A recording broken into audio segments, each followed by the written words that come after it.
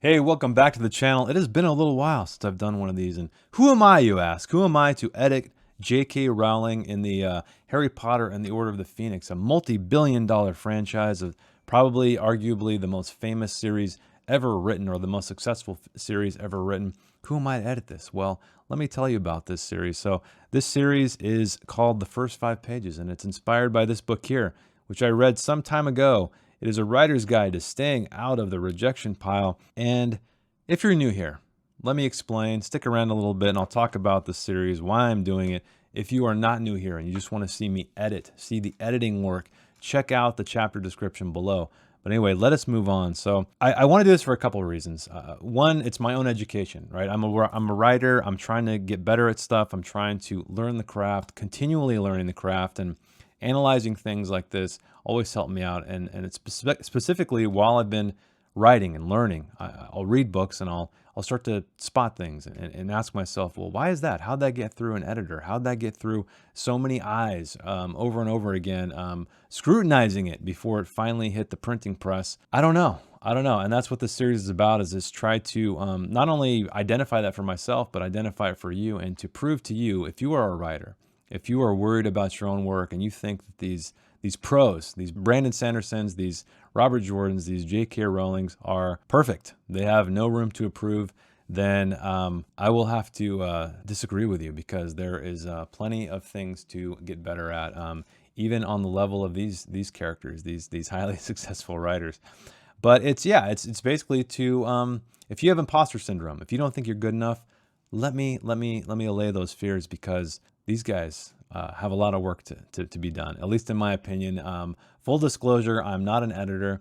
I'm a fiction writer, but I've worked with plenty of editors over the years who have completely trashed my work, who have taught me good habits, and you know, not all of those things I agree with, but you know, I've learned a lot, and hopefully this series will be of help to you. And what else? Well, I don't want you to think that I'm completely shitting on this book whatsoever. I'm doing it as a learning exercise, a learning experience for you, for me, hopefully for you, definitely for me. It just helps me identify my own stuff, the problems with my own work anyway. While it does take a long time, it's a good time. It's a good time. So I hope you get something out of it. Hope you learned something. And as always, this was a request. So if you have a book that you don't feel is up to snuff, if you'd like to see my take on it, send it my way. I would love to edit the first 5 pages or so. I believe I edited about 1,500 words in this one, or 1,600, something like that. But anyway, let us move on to the edit if you're still with me. So what I have here is on the left side, I have the original document of Harry Potter and the Order of the Phoenix, the entire first chapter, but I only kept it to about the first 1,000 or 1,500 words, just for the sake of, you know, not spending too long on this entire thing. And the right over here, I have what I rewrote.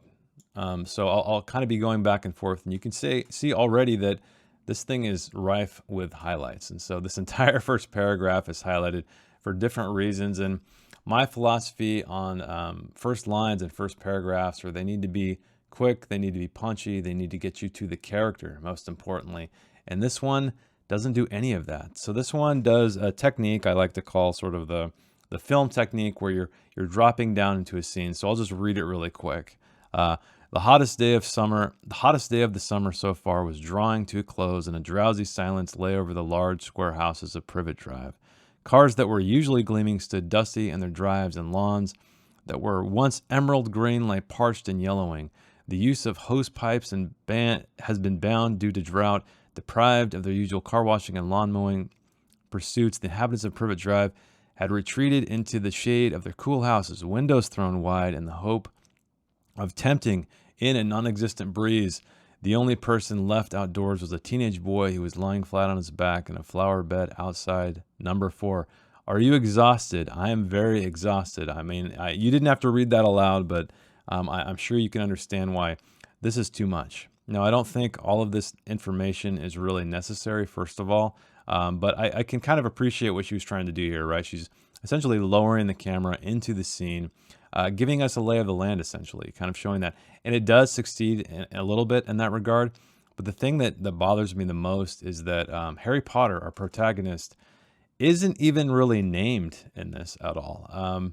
And not only that, he's at the very end, and so you can see on the right side what I did. There's a ton of things in here that just grammatically were unnecessary. She does this a lot. Okay, so one thing I'd like to say too is she says was walking, was doing that, was this. It's technically not incorrect. It's technically not passive voice, but generally there's a cleaner way to do it. I think the only time you want to do it is if you want to make it feel as if something's happening simultaneously or interrupting something. But most of the time, you can get rid of it. I mean, I use it from time to time. Just sometimes it sounds right, and I think that's okay. But she uses it all over the place in this. So, for example, the hottest day of the summer so far was drawing to a close. You could change that to drew to a close.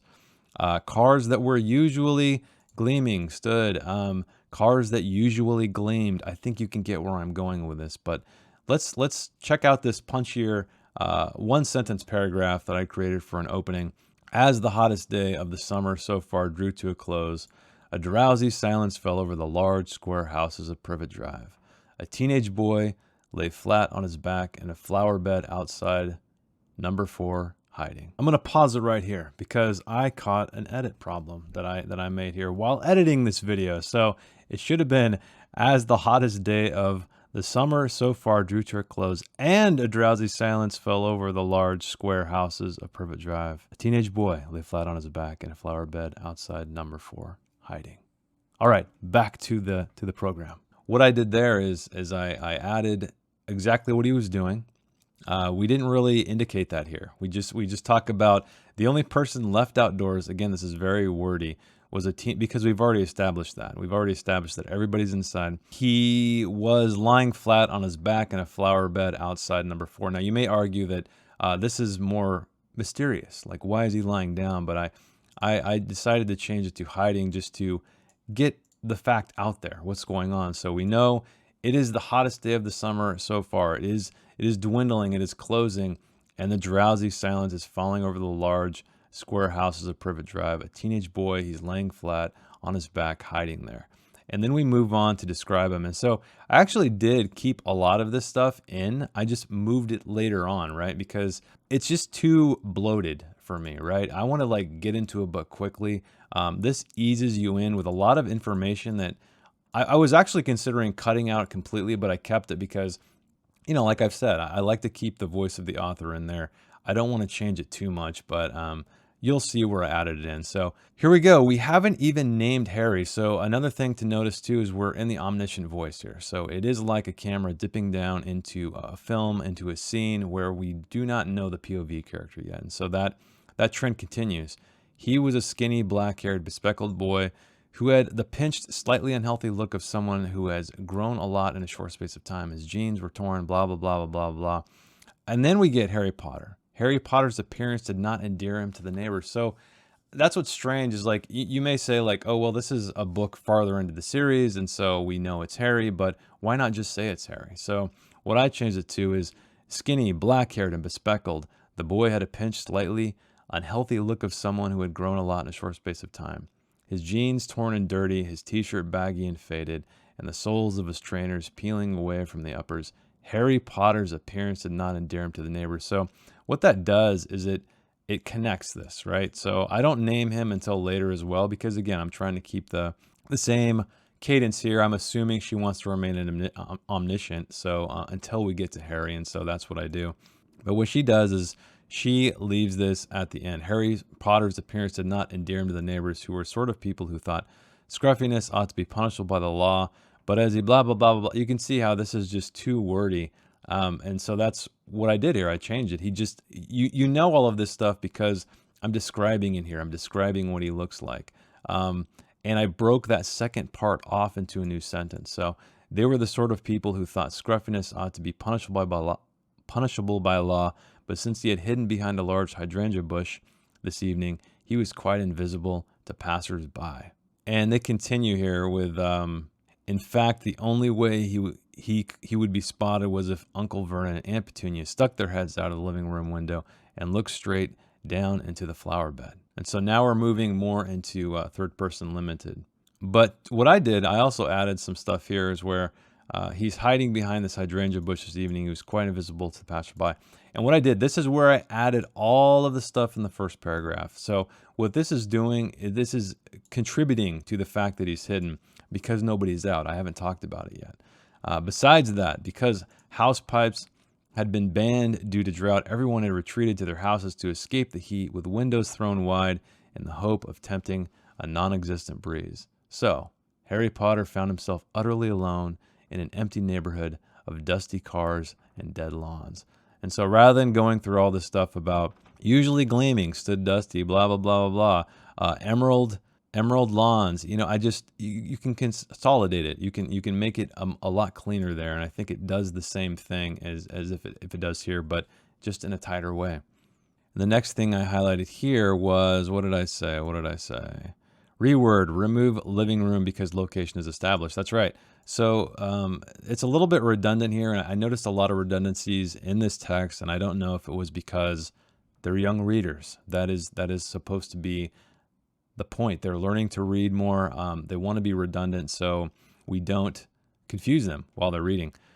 But anyway, what I did is actually move this down here. I moved this to continue this down here. So on the whole, Harry thought he should be congratulated for his hiding spot. In fact, the only way he would have been spotted was if Uncle Vernon or Aunt Petunia stuck their heads out of the living room window and looked straight down into the flower bed below. And then we talk about more or less the, he's not comfortable in the hot, hard earth, but on the other hand, nobody was glaring at him, blah, blah, blah, blah, blah. And so what I did is I used this to kind of connect the previous paragraph because the way she wrote it was kind of strange. She talks about, oh, hey, Harry believes he's in a great hiding spot, but then she just talks about how he feels about it. And then at the very end, she adds this aside.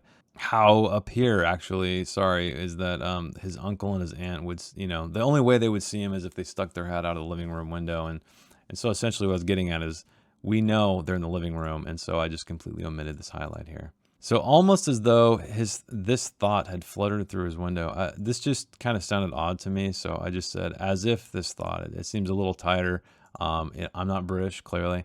Maybe that's a phrase they use more often, and it's clearer to them. But in the case, I changed it to, as if this thought had fluttered through the open window, Vernon Dursley, Harry's uncle, suddenly spoke. And really, the bulk of the editing I did is here.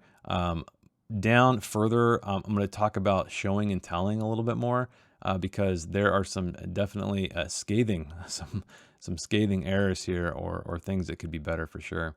And one thing I've noticed about a lot of this text is it's inconsistent with the dialogue tag. So we have said Aunt Petunia unconcernedly, which is an adverb. We don't need it. There's a better way to go through it to describe it anyway.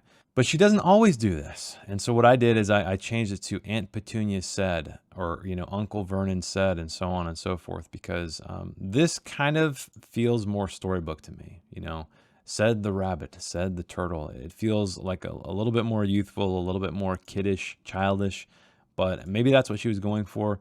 Maybe it's a British thing. I don't know. But you can see it's inconsistent. So right here we have said Aunt Petunia, and then down here we have pronoun said scathingly. So I don't know. I don't know what the inconsistency. I don't know what the reason for the inconsistency was, but it's there. It's prevalent, and so I tried to make it consistent. And you'll see a lot of these in here where I just say reword or move. But anyway, moving on to the next thing. So adverbs. They're not terrible. You can just minimize them usually. Sometimes it takes more work. It takes more words to describe the kind of ways someone is saying something or the way they are doing something. So first of all, we have Uncle Vernon asking where Harry is. And she says, I don't know. She says unconcernedly. So what's a better way of saying that? And so I think I was doing more of a show don't tell here. So we do know that Harry Potter, he can't see them. He's in the flower bed. He's just hearing them through the window. And so what I changed it to is Aunt Petunia said as if she spoke of a lost sock and not a lost boy. And so I think that does a couple things. Number one, it shows and it doesn't tell. It actually kind of gives Harry a little bit of like what he's feeling about, right? So maybe he wishes she would be more concerned. I don't know. It appears to be he doesn't care for his aunt and uncle very much. And I've seen all the movies, and so that makes sense. But I wanted to emphasize that She's speaking of something insignificant, right? She's unconcerned, as indicated by this adverb here. But I don't know. I think it's a better way to say it like this. She's speaking of him as an object, a lost sock, something no one really cares a whole lot about. So again, not incorrect, but I think there's always a better way to do it. And we continue on when we have Uncle Vernon says, he said scathingly. And so what I did is I changed it to, he said through his teeth. Now you could argue that Harry Potter can't see him, so he can't imagine it, but I think we all know, you know what that sounds like. We can hear that. And this honestly conveys the scathingly aspect much better than an adverb. And so moving down, yeah, we have said Aunt Petunia. Aunt Petunia said. We're changing that around. And here's a thing that I, again, this is not wrong. It's just and I do it all the time, honestly. I do it, he saw, he heard, he this and that, right? He perceived in some way. But there is a way you can fix that, right? So the Dursleys fell silent. And then Harry listened to a jingle about fruit and bran breakfast cereal while he watched Mrs. Fig, a batty, cat-loving old lady, blah, blah, blah. And so what I changed this to is that we know we're in Harry's POV, right? We don't need to say he listened to something. So what I wrote was, a fruit and bran breakfast cereal jingle played while Harry watched Mrs. Fig, a batty, cat-loving old lady from nearby Wisteria Walk, amble past. And speaking of amble past, so amble actually means to walk slowly. So we have a redundancy, and this to me is sort of a no argument kind of situation. I can't believe an editor, editing probably the most successful book ever written or series ever written, missed that. So amble slowly past. Amble means to walk slowly. So you can completely remove that. She was frowning and muttering to herself. So here we are again with was this, was that. You can easily change that to frown. She frowned and muttered to herself. And this is a little weak here. So Harry was very pleased that he was concealed behind the bush. Why? Because this is why. And here we are beginning with her love of semicolons, which I didn't really change a whole lot. Only when it really pained me to do so. I rarely use semicolons. If you don't know what a semicolon is, what they do is they establish a relationship between the preceding and the following sentence, just connecting them, right? Without being a hard period. I still think a period works fine, and there's also other ways to connect these two things, which I'll show you right now. So what do we have? Harry was very pleased that he was concealed behind the bush. Mrs. Fig had recently taken asking him around for tea, etc., etc.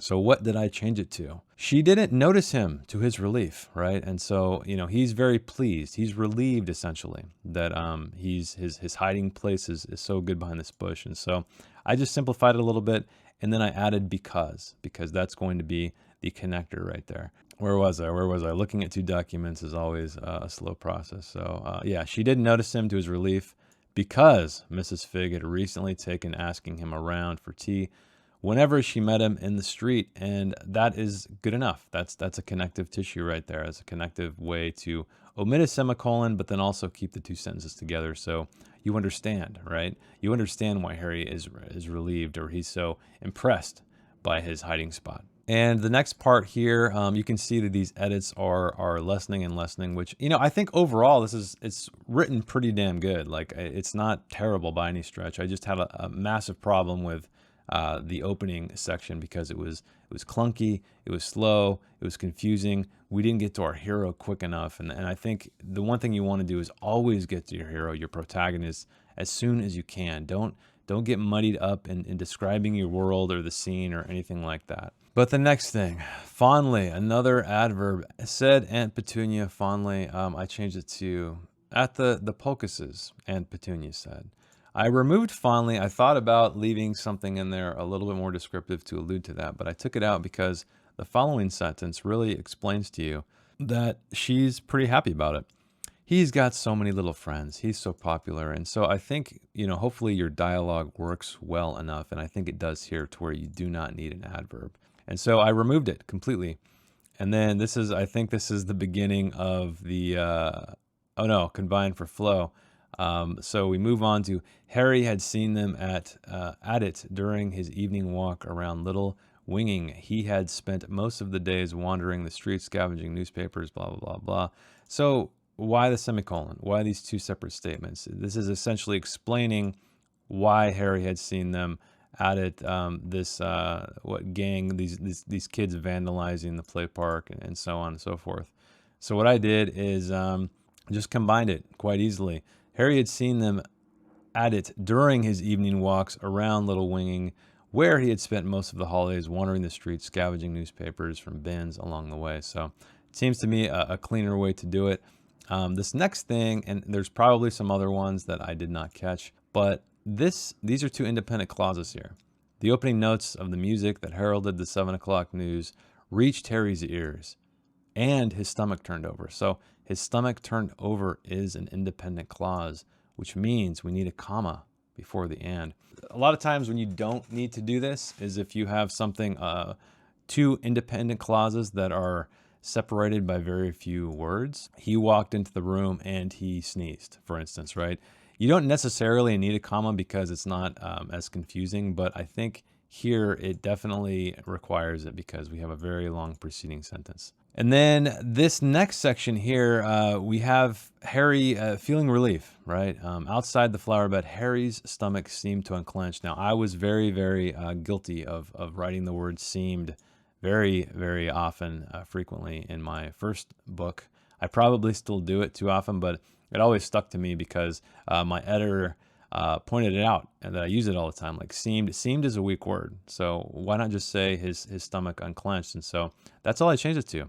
Just remove seeming or seemed. Just Harry's stomach unclenched because why not, right? It clearly does. He seems relieved. Why would, or he is relieved there. I use seem anyway, but why would you need it? You don't really need it. I don't think it really adds anything. It doesn't add like the mystery of the fact of his stomach unclenching or clenching doesn't really add anything to the story. All right, moving on down further. Again, most of this stuff is fine, so we move on to Harry's listening. He kept listening just in case there was some small cue. So this isn't necessarily bad or wrong. I mean, I guess it could be argued as bad, but what I changed it to was he kept listening just in case a clue revealed itself. So this brings us to the active voice. So was, in case there was some small clue. I try to remove was's as much as I can. Sometimes they're necessary. Sometimes it just feels right.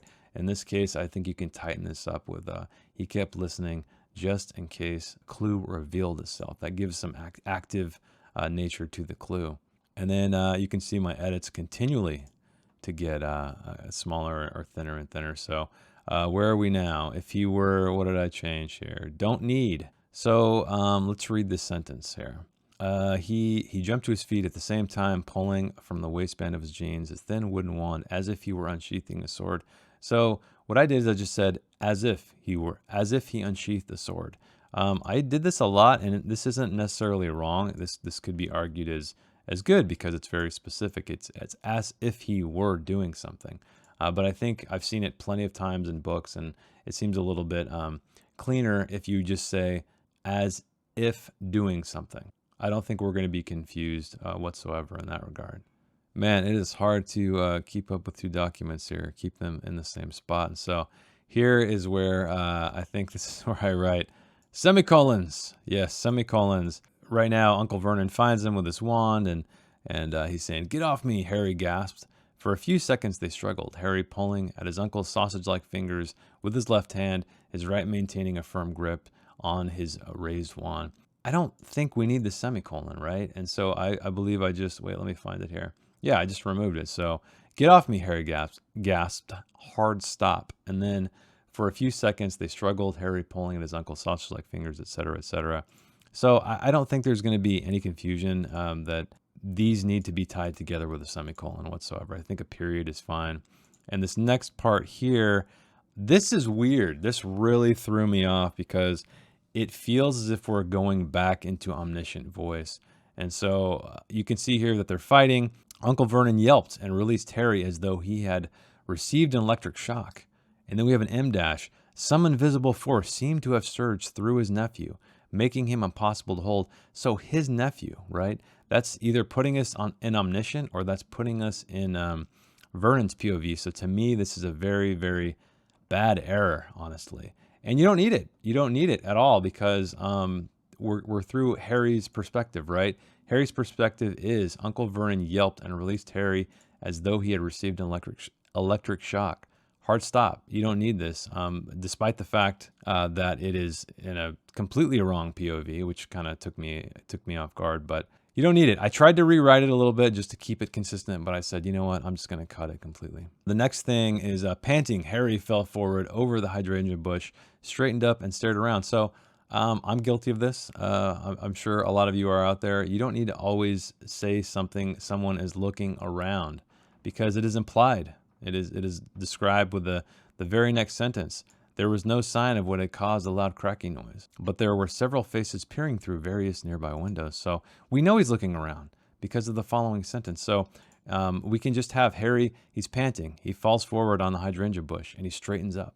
And then we see what he sees here. And so, again, don't need it. What did I write here? For there were several faces peering, weak. What did I change it to? Oh yeah, but several faces peered through various nearby windows. I just shortened it a little bit. I took out the were. You don't need it. You can make it a little bit more active, a little bit more punchy. And then Harry stuffed his wand hastily back into his jeans and tried to look innocent. So a couple things here. Hastily, you don't need it. I think stuffing something into your jeans, this wand in this case, is enough to know that he's doing it quickly. I don't think you need hastily whatsoever. And this is a great example of how adverbs can be weak in a lot of regards, that they're just completely unnecessary. So, I challenge you, just, take out your adverbs when you can and see if you feel like it's strong enough. If you don't, add it back in. It's totally cool. I think there's a lot of hate for adverbs. I don't think they're completely trash. I think you just want to, keep it light, keep them light and loose. I don't know what the hell that means, but tried to look innocent.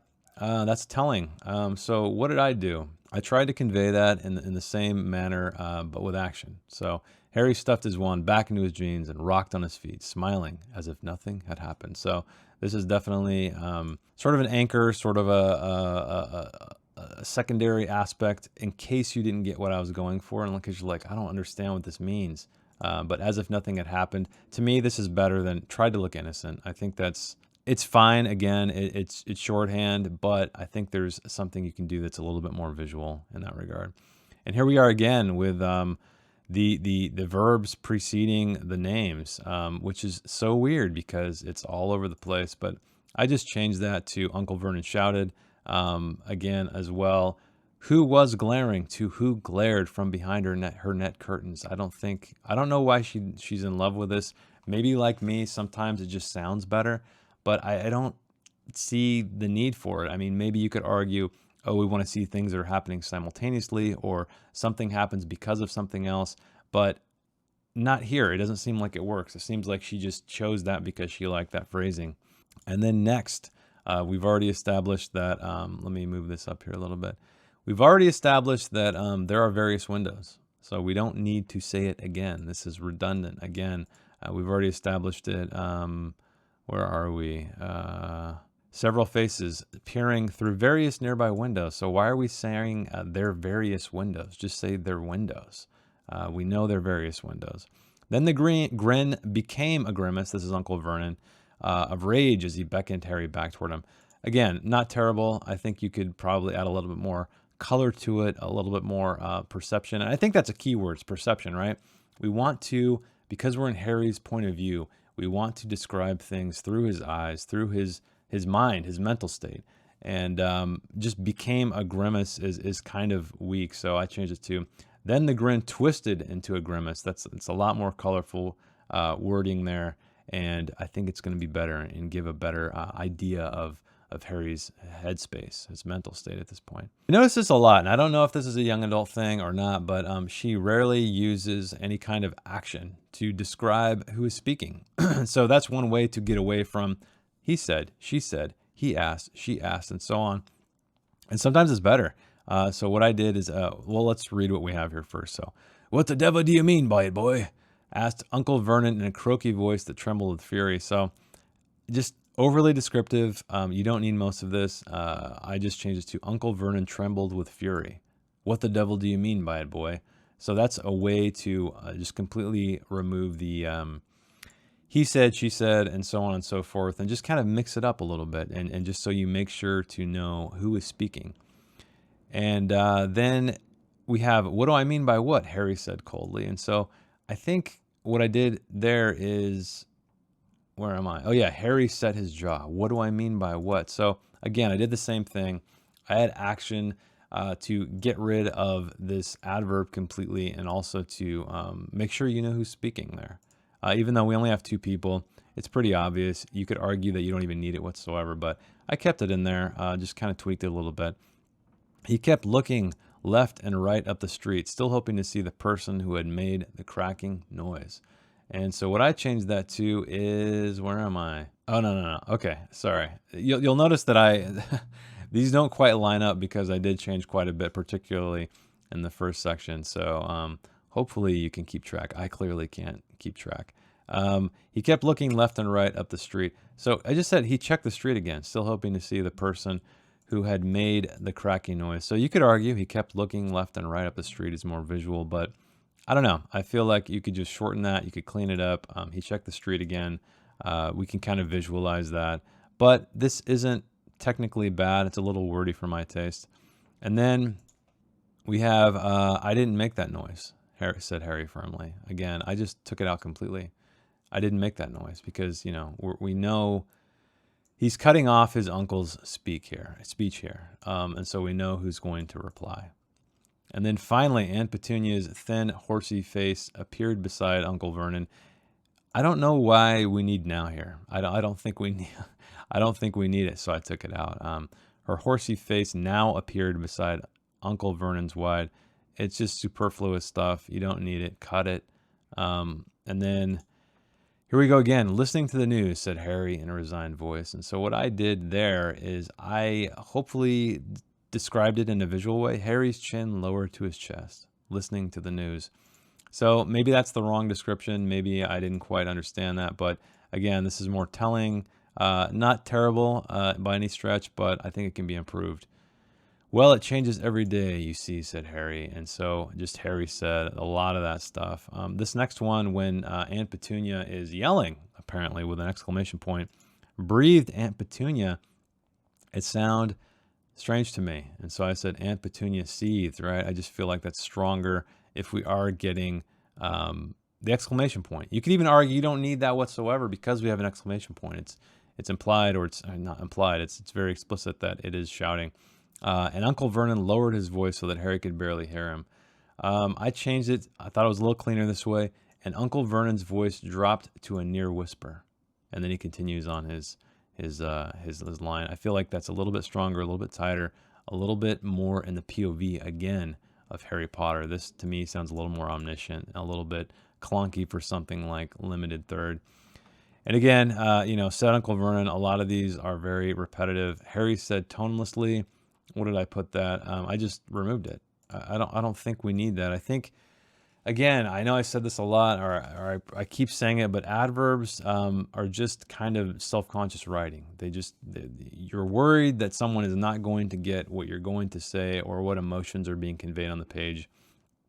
So that's why you need to take them out. If it still is confusing, I think you need to rewrite your work, rewrite your dialogue, rewrite your description, and something like that. But adverbs, like I said, they're not always bad. I think they're the worst in dialogue, honestly, in my opinion. But we have here the owls, ... aren't bringing me news. So I think we already see the toneless nature because of the ellipses here. So we don't need it. We don't need this adverb. And then finally, the final edit. I could keep going through this all day long, but this is a very long chapter, and so I stopped. But that was it. Well, we did it, folks. Hopefully you enjoyed the edit of Harry Potter and the Order of the Phoenix, at least the first 5 pages, the first 1,500 words or so. Let me know what you thought. Did you get something out of this? Were there other things that you would edit? Hopefully I retain the voice, because I think that, again, is my entire goal here, is to try my best to use the words that the author uses, take them out if they need to be taken out, reword it only sparingly, because I don't want to write this how I would write it. I want to write it how J.K. Rowling would write it if she had a great editor. I'm just kidding. I'm just kidding. But if you have a book that you can't quite get into and you would like to see my take on it, please send it my way. I would love to edit something for you, maybe illuminate something for myself and for all of you out there as well. So thanks for watching. Thanks for hanging out with me. This wasn't quite as long as I thought it was going to be, which is a good thing always, right? So I will see you in the next one.